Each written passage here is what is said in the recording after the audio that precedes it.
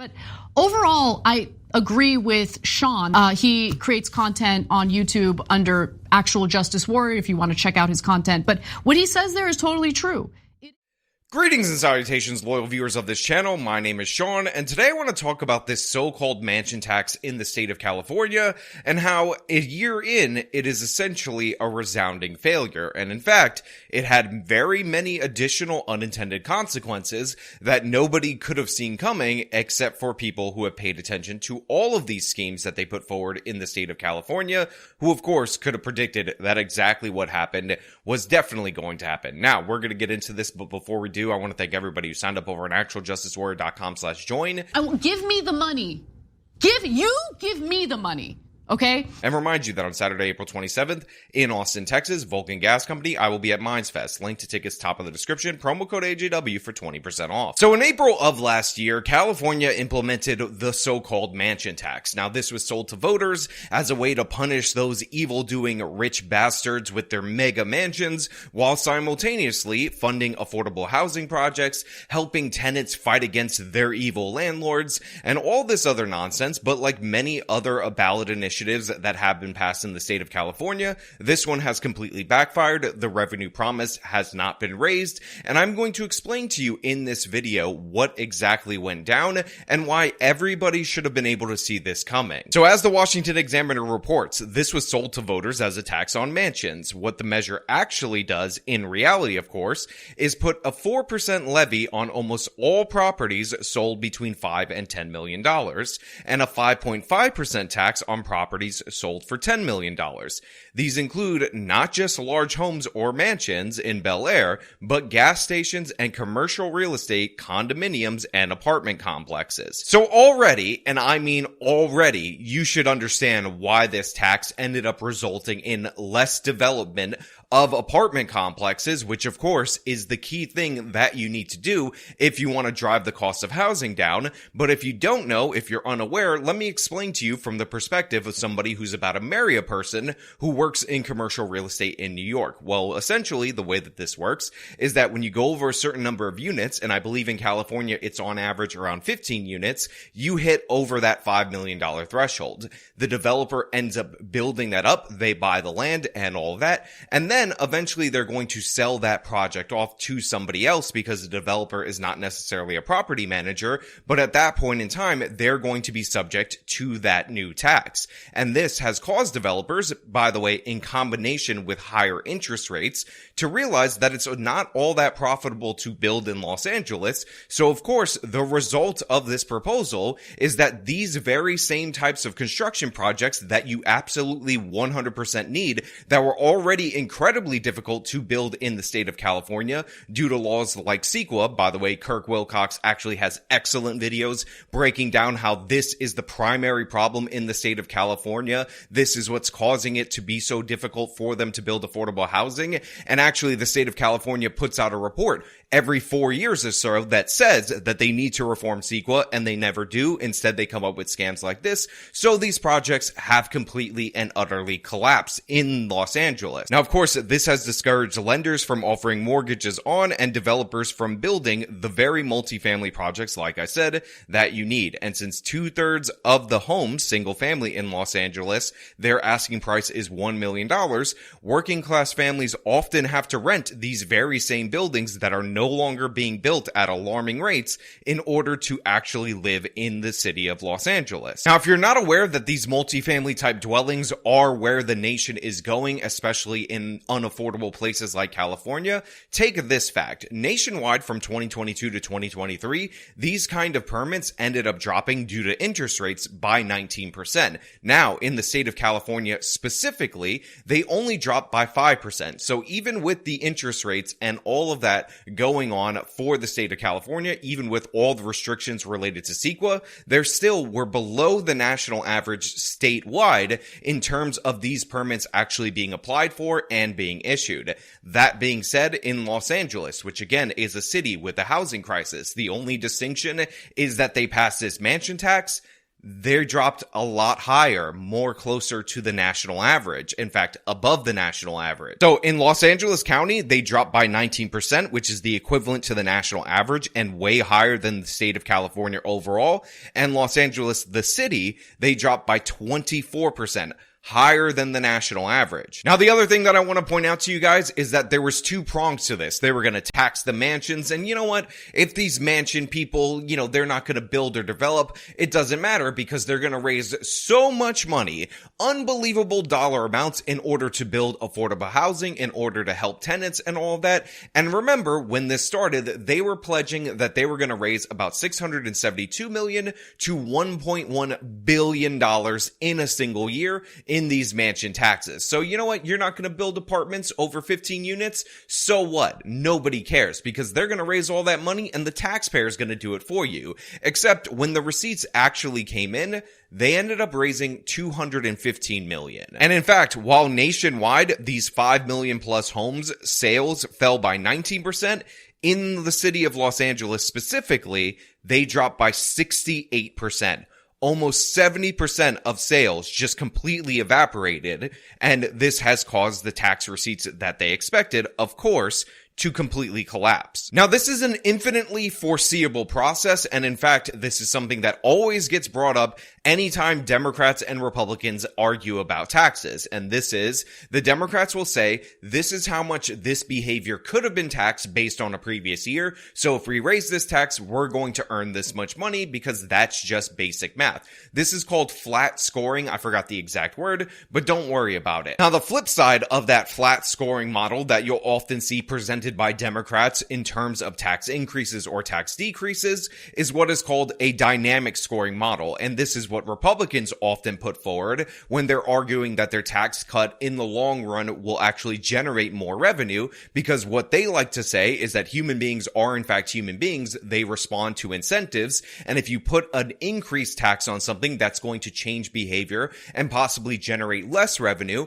And if you decrease taxes, that will also likewise change behavior and often generate more revenue. And a good example of this is the corporate tax cut. If you look at the chart right here, yes, tax receipts did initially dip after the tax cut was passed, but as you see, they actually jumped well above the Congressional Budget Office estimations after the year 2020. And this is because if you make it more tax advantage to take your profits in the corporate tax model, you'll actually have more companies moving in that direction. And again, this is an obvious victory for dynamic scoring over flat scoring. And by the way, it's not like the Democrats are immune to using dynamic scoring. In fact, when they talk about the benefits of immigration, they often talk about it in a dynamic scoring type of model. And then all of a sudden, the Republicans use a flat scoring that only talks about the loss of revenue that we spend on these people. So both parties can be incredibly dishonest with how they're scoring tax rates, immigration costs versus benefits,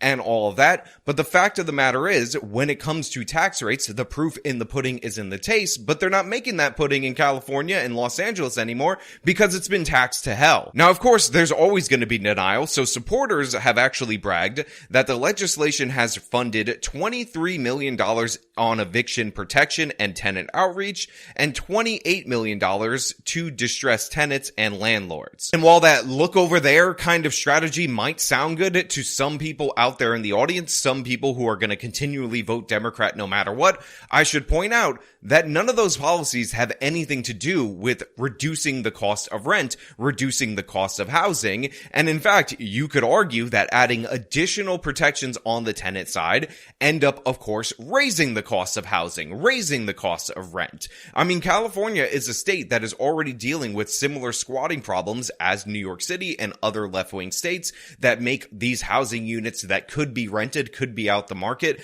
essentially out of commission, raise the cost for the landlords, which raises the cost for other people's rent. So the idea that you would point to this, that you're adding more additional protections to tenants on top of that, making it harder for landlords to do business, making it less likely that people invest in housing, that actually might be causing the problem to get even worse, in addition to the problems that the tax rates cause, which also objectively make the problem worse. Now look, I know I'm screaming into the abyss whenever I talk about this issue because let's be real, a lot of right-wing people watch my channel that are already likely to agree with me, but the thing is, What makes housing unaffordable are government regulations that make housing unaffordable. One of the things that they need to fix in Los Angeles is the fact that they have an extremely high percentage of their city zoned only for single family housing. I believe it's the highest in the country, somewhere around 70%. And the fact of the matter is, if 70% of the residential area you can't build apartments, you can't be surprised that the price of housing skyrockets in your particular area. There's also statewide things like CEQA. Again, I'm going to link Kirk Wilcox's video in the description of this, where he breaks down how the state of California produces reports almost every other year or every 4 years saying we got to do something about CEQA. And the fact of the matter is, when you see other cities with little to no zoning regulations, you find out that they are among the most affordable cities in the entire country. I always point to Houston, which is the 4th largest city in the United States of America. It is one of the few cities that is known for incomes outpacing the price of housing. And that's because Houston has no zoning regulations. They just don't. Now, there's problems with Houston. It's not perfect, but you need to get somewhere between California, which has some of the most restrictive building requirements, and the city of Houston if you want housing to be more affordable. None of these schemes, none of these projects ever come to fruition, ever lower the price of housing,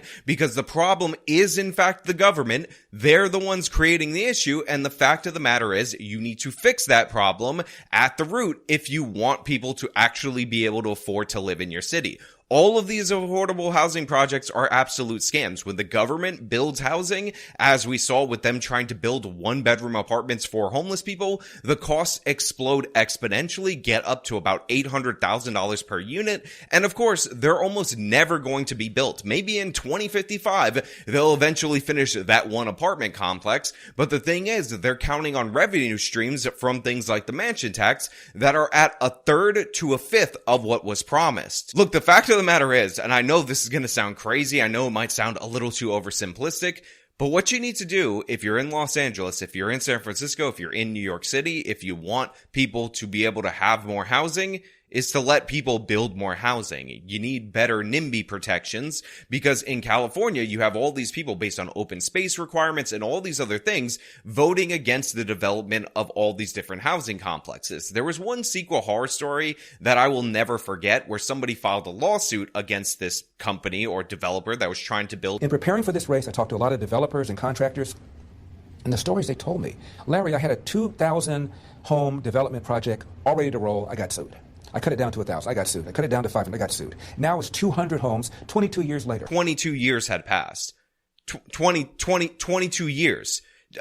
2 decades plus 2 years had passed before they adjudicated that lawsuit. And that was just a random jerk that was suing that particular developer because he didn't like the shape of the housing complex. He thought it was going to impact the environment, hurt the turtles, whatever the hell reason that they allow people to sue developers randomly. This guy decided to file suit against that. I mean, one of the craziest stats that I learned is that I believe the city of Los Angeles or the city of San Francisco, I don't remember exactly which, builds less housing per population than the city of New York, which is also already regulated out the wazoo, which is also incredibly corrupt in their system. But the thing is, the city of New York has enough corruption that buildings tend to get built at twice the rate adjusted for population as the city of Los Angeles, twice the rate. And it's still unbelievably unaffordable. And you're wondering why the price of housing in LA is going absolutely crazy. You're wondering why the price of housing in San Francisco is going absolutely crazy. And as this happens, as people feel more and more pressure, as the prices go up,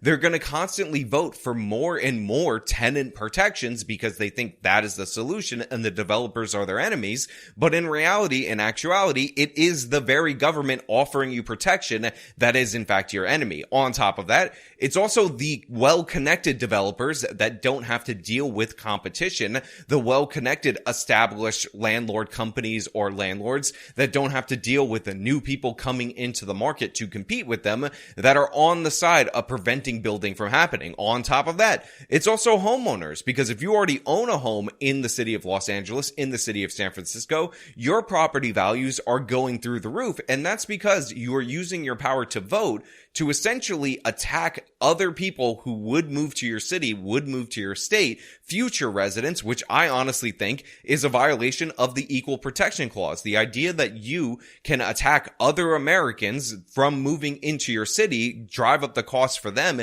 in order to keep your lot in life, I find to be absolutely disgusting. So yeah, obviously, this ended up backfiring. Obviously, this ended up failing. Anybody could have told you that. In fact, I will link an article from the day that this was implemented where somebody made the case that this very same thing was a giant empty promise, but California is predestined, essentially, to keep going down this route. Now, those are just my thoughts. I want to know what you guys think down in the comments below. If you like this video, then show them by leaving a like. Subscribe for more content. Follow me on my social media. Support me via the support links in the description of this video. This has been me talking about the absolute madness out of Los Angeles. Till next time.